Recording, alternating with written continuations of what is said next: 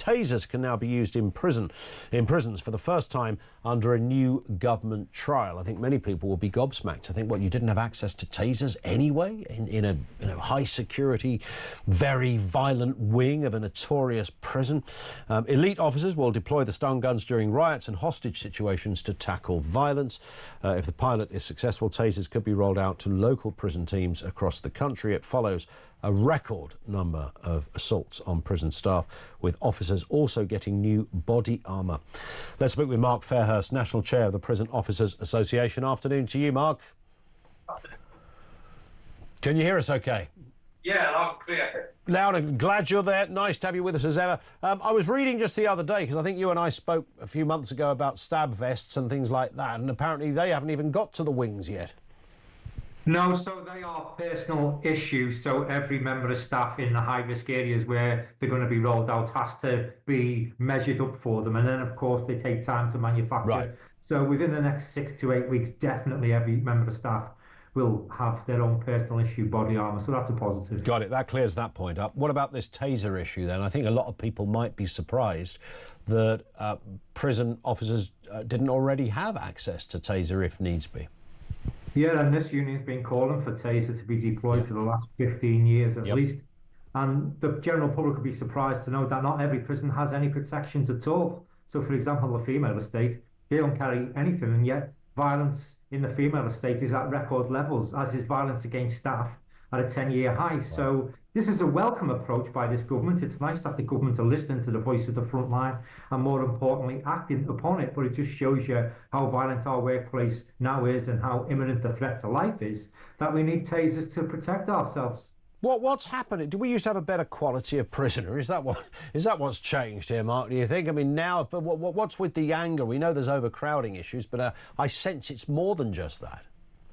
Yeah, so I think when you look at prisons, they're a reflection of society and our communities. Yep. And society in general is becoming more and more violent, less respectful for authority figures.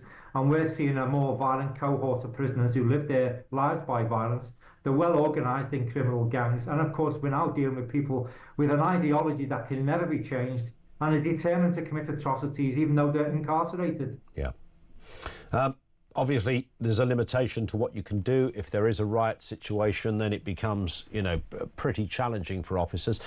You all know that when you go into the job, but what you hope is that you've got the tools of the trade to at least help. So no one's expecting that every day is going to be a comfort blanket of, sipping tea and eating digestive biscuits while everybody gets on with it on C Wing.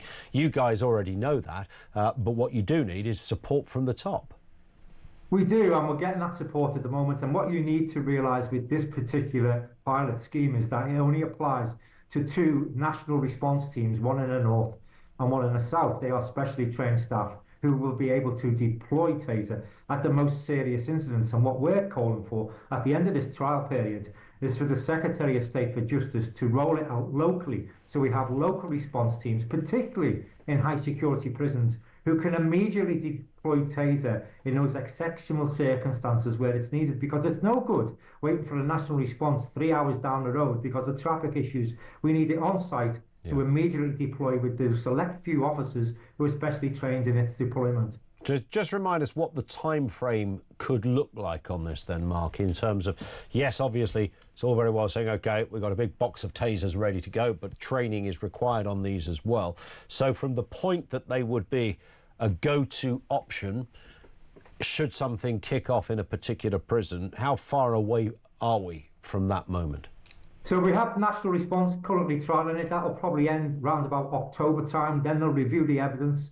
And then I would imagine the Secretary of State, I know she's keen to protect staff, will further listen to us and roll it out locally. I would imagine by the end of the year, we'd have staff trained, we'd have the resources in place, and we'd have a local response who'd be able to deploy Taser if they need to, and that'd be very welcome. Because when I look at the Franklin's incident, if we'd had specially trained staff locally on site to immediately deploy Taser, then maybe it just wouldn't have been as serious assault as it was. Indeed. Mark, thank you very much indeed. Let's hope we see less of that, and that action and support that is needed for prison officers is forthcoming and quickly. Mark Fairhurst, National Chair of the Prison Officers Association.